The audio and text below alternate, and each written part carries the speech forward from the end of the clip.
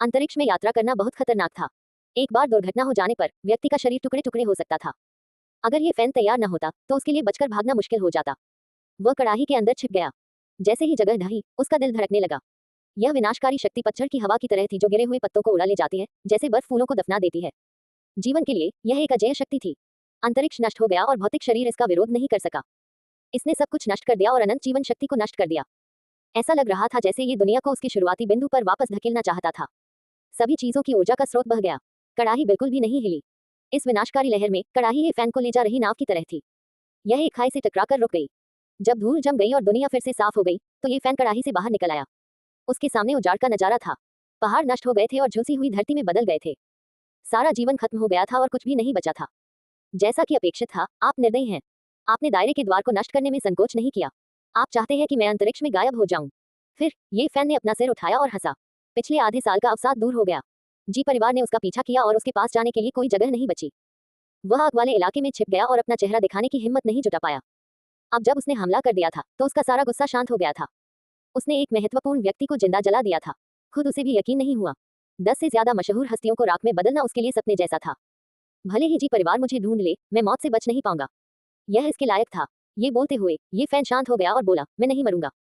मुझे इस क्षेत्र से भागने का रास्ता खोजना होगा। वह देर करने की हिम्मत नहीं जुटा पाया। वह एक छाया में बदल गया और पलक झपकते ही गायब हो गया। यहाँ बहुत बड़ा हंगामा था और निश्चित रूप से ध्यान आकर्षित करेगा। जितनी जल्दी हो सके वहां से चले जाना ही बेहतर था। ये फैन को लगा कि दक्षिणी क्षेत्र से निकलना मुश्किल होगा। अभी उत्तरी क्षेत्र में जाने का कोई रास्ता नहीं था। वह विपरीत दिशा में जाकर दक्षिण की ओर जाना चाहता था। दक्षिणी क्षेत्र बहुत विशाल था और इसमें अनगिनत देश थे। जी परिवार, ताइक्सुआन, याओगुआंग और शियाओयाओ इस क्षेत्र का केवल एक छोटा सा हिस्सा थे। अगर कोई दक्षिण की ओर जाता तो कहा जाता था कि वहां एक या दो पवित्र भूमि है। हालांकि वे सभी दक्षिणी क्षेत्र में थे, लेकिन दूरी बहुत ज्यादा थी। अगर कोई हवाई जहाज से जाता तो वहां पहुंचने में लगभग आधा साल लग जाता। कोई कल्पना कर सकता है कि दक्षिणी क्षेत्र कितना विशाल था। संपूर्ण पूर्वी जंगल की तो बात ही छोड़िए। अगर संदेश भेजने के लिए कोई रेल गेट नहीं होता और अगर वे शून्य से होकर यात्रा नहीं कर सकते तो उनके लिए एक दूसरे से संवाद करने का कोई तरीका नहीं होता। वे सभी अलग अलग हो जाते और उनके लिए आपस में बातचीत करना मुश्किल हो जाता।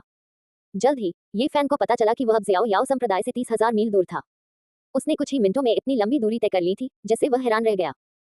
हालांकि उन्हें सबसे अधिक आश्चर्य इस बात पर हुआ कि वे उस क्षेत्र में पहुंच गए थे जहां याओगुआन पवित्र भूमि स्थित थी, जो 1000 मील से भी अधिक दूर थी। शायद मैं यहीं छिप जाऊं और कहीं और न जाऊं, ये फैन ने सोचा। जी चांगकोंग की मौत ने पूरे क्षेत्र को हिलाकर रख दिया। हर कोई स्तब्ध था। 1 साल से भी कम समय में जी परिवार के 3 बड़े बुजुर्गों की लड़ाई में मृत्यु हो गई थी। यह एक उग्र समुद्र, एक हिंसक तूफान के बराबर था। ये प्राचीन इतिहास का अंधकार युग नहीं था। कोई भयानक उथल पुथल नहीं थी, लेकिन जी परिवार के महत्वपूर्ण व्यक्ति एक के बाद एक मर रहे थे। ये वाकई चौंकाने वाला था। मोर राजा और कौवा दाओवादी के बारे में भूल जाओ। हजारों साल पहले उनके पैरों के एक धक्के से ही पूरा दक्षिणी क्षेत्र हिल जाता था। लेकिन ये युवक, ये फैन कहाँ से आया? उसने वास्तव में इतना चौंकाने वाला काम किया। जी परिवार के बड़े बुजुर्गों को मार डाला। यह अविश्वसनीय था। इस क्षेत्र के सभी साधक स्तब्ध रह गए। ये बहुत बड़ी बात थी। जी परिवार का गुस्सा संभवतः पूरी दुनिया में फैल जाएगा। जी चांगकोंग को जलाकर मार दिया गया। यह एक ऐसे युवक द्वारा किया गया था जो केवल पुनर्जन्म गुप्त क्षेत्र के सागर की खेती करता था। जी परिवार के सबसे बड़े बुजुर्ग को जलाकर मार दिया गया। जिस व्यक्ति ने यह किया वह 14 या 15 साल का साधक था, लेकिन उसने एक महत्वपूर्ण व्यक्ति की हत्या कर दी। यह अविश्वसनीय है। जी चांगकोंग, जिसने कई वर्षों तक दक्षिणी क्षेत्र पर अपना प्रभुत्व बनाए रखा था, को ये फैन नामक एक युवक ने जलाकर राख कर दिया। यह महज एक कल्पना है। जी परिवार के एक महत्वपूर्ण व्यक्ति को जलाकर मार दिया गया। उसकी प्रतिष्ठा धूल में मिल गई। हर कोई चर्चा कर रहा था। खबर पूरे इलाके में फैल गई। हर किसी को लगा कि यह अकल्पनीय है। बेशक उनमें से ज्यादातर लोग हैरान थे। 5 तत्वों की सच्ची अग्नि सब कुछ जला सकती थी। जब तक कोई 5 तत्वों के भीतर था तब तक कोई भी शक्ति उसका विरोध नहीं कर सकती थी। कई साधक भयभीत थे। जी चांगकोंग का पंचरंगी ज्वाला में मर जाना केवल भाग्य ही कहा जा सकता है। यहाँ तक कि एक महत्वपूर्ण व्यक्ति भी ऐसी ज्वाला का विरोध करना मुश्किल पाता है और राख में बदल जाता है। ये फैन की एक खास विशेषता अब किसी रहस्य से कम नहीं थी। ये बात फैल गई और उसे अंतहीन परेशानी का सामना करना पड़ा। सिर्फ जी परिवार ही नहीं, बल्कि पवित्र भूमि भी उसे ढूंढ रही थी। बेशक ये सबसे बुरी बात नहीं थी। सबसे बुरी बात यह थी कि सभी चीजों की ख्यूई का स्रोत उजागर हो जाएगा। यह एक ऐसा खजाना था जिसे कई साधक चाहते थे। अभी वह केवल निर्वाण क्षेत्र में था। उसके लिए मयूर राजा की तरह बनना असंभव था, जो पूरे देश में घूमता था और दक्षिणी क्षेत्र को देखता था। उसके लिए ऐसा रहा होना एक बड़ी आपदा थी। हालांकि उसने जी परिवार के सर्वोच्च बुजुर्ग को जलाकर मार डाला और दक्षिणी क्षेत्र को चौंका दिया, लेकिन जब लोगों को विवरण समझ में आया तो उन्हें पता चला कि यह उसकी अपनी शक्ति नहीं थी। वह 5 तत्वों की सच्ची अग्नि पर निर्भर था। ये फैन के पास खजाना था, लेकिन उसकी साधना उतनी अधिक नहीं थी। स्वाभाविक रूप से बहुत से लोग उस पर लालच करते थे। बहुत से लोग कार्रवाई करने और उसके ठिकाने की खोज करने की तैयारी कर रहे थे। मारना। जी परिवार की ओर से हत्या का आदेश दिया गया था। एक छोटे से साधक के लिए ऐसा हजारों सालों में कभी नहीं हुआ था। यदि अन्य सेनाएं ये फैन की खोज करना चाहती थी तो वे केवल गुप्त रूप से कार्य कर सकती थी। अब कोई भी जी परिवार को नाराज करने की हिम्मत नहीं कर सकता था। इस महत्वपूर्ण क्षण में जो कोई भी उन्हें छूता उसे बिना दफनाए ही मार दिया जाता। यह क्षेत्र बहुत उथल पुथल में था, बड़ी बड़ी लहरें उठ रही थी। ये फान दक्षिण की ओर नहीं गया। वह याओगुआन पवित्र भूमि से 1000 मील दूर एक पर्वत श्रृंखला में छिप गया। उसने सोचा कि जी परिवार उसे खोजने यहाँ नहीं आएगा। आखिरकार ये याओगुआन पवित्र भूमि का द्वार था। वह गलत था। जी परिवार अथाह था। उन्हें राज्य के द्वार खोलने, दाव पैटर्न बनाने और शून्य से यात्रा करने के बारे में अकल्पनीय ज्ञान था। टूटी हुई वेदी, भस्म हुई ऊर्जा और राज्य द्वार खुलने के समय के आधार पर वे अनुमान लगाने में सक्षम थे कि ये फैन ने कितने मील की यात्रा की थी। उस दिन शून्य खुल गया। राज्य का द्वार जली हुई भूमि के ऊपर दिखाई दिया। 100 से अधिक किसान बाहर निकले। उनमें 20 से अधिक बुजुर्ग थे और बाकी युवा कुलीन थे। कुछ लोग पहाड़ों की तरह शांत थे। उनकी आभा भारी और अथाह थी। कुछ तो तेज तलवारों की तरह थे, उनमें हत्या करने की नीयत भरी हुई थी। 100 से ज्यादा साधक पूरी तरह से शक्तिशाली थे।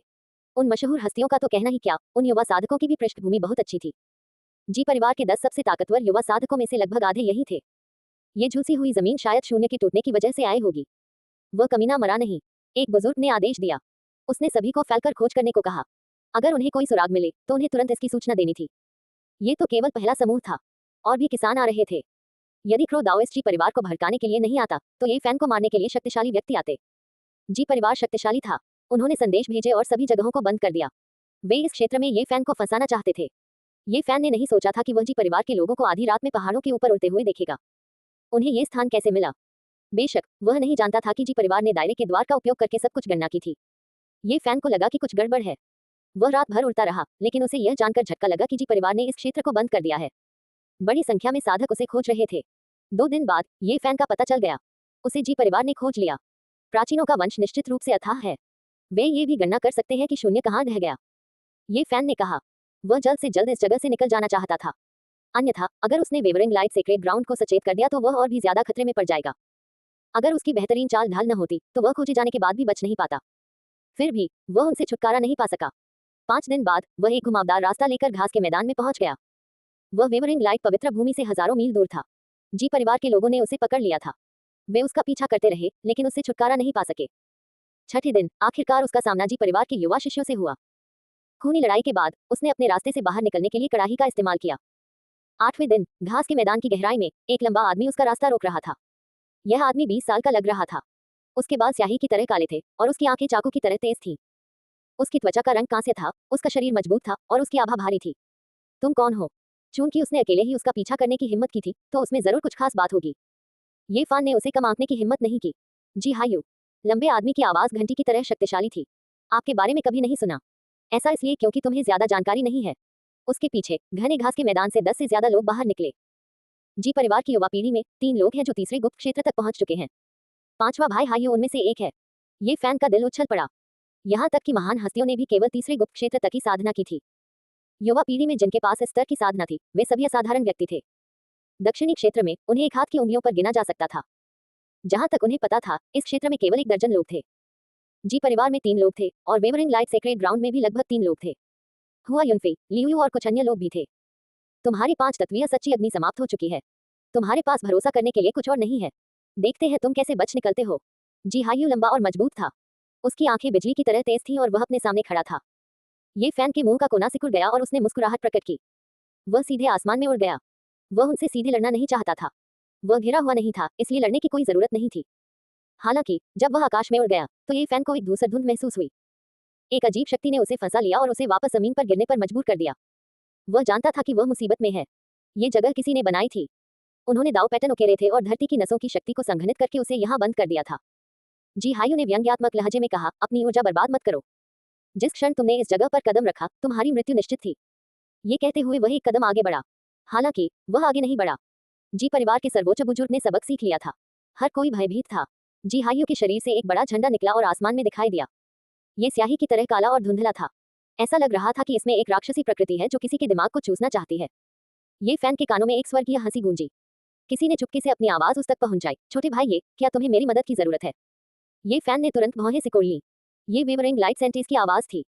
अंत में उसने अभी भी वेवरिंग लाइट सेक्रेड ग्राउंड को आकर्षित किया था। अगर तुम मेरी मदद करना चाहते हो तो पहले इस जी हायू को मार दो। ये फैन ने जवाब दिया। ये कहना आपके लिए आसान है। वह जी हाओयू और जी बेयू के बाद दूसरे नंबर पर है। जीजीयू के बड़े होने से पहले वह जी परिवार की युवा पीढ़ी में तीसरा सबसे मजबूत व्यक्ति था। संत की आवाज मधुर थी। कोई नहीं जानता था कि वह कहाँ है। उसने कहा, अगर मैं उसे मार दूंगी तो जी परिवार के साथ मेरा बहुत बड़ा कर्म होगा। हालांकि मेरे पास आपको ले जाने के दूसरे तरीके भी हैं। क्या आप उत्तरी क्षेत्र में नहीं जाना चाहते? मेरा भी यही इरादा है। हम साथ साथ यात्रा कर सकते हैं। जरूर, मुझे खुशी होगी, ये फान ने जवाब दिया। ऐसी स्थिति में कोई न कोई उसकी मदद करने को तैयार था। हालांकि वह जानता था कि संतति के साथ खिलवाड़ नहीं किया जा सकता, लेकिन पहले उसे इस बाधा को पार करना था। संत की हंसी चांदी की घंटी की तरह थी, जो लोगों को वसंत की हवा का एहसास करा रही थी। उसके शब्द बहुत नर्म थे। उसने कहा, मुझे तैयारी करनी है। आप पहले जी हाइयू को रोक सकते हैं।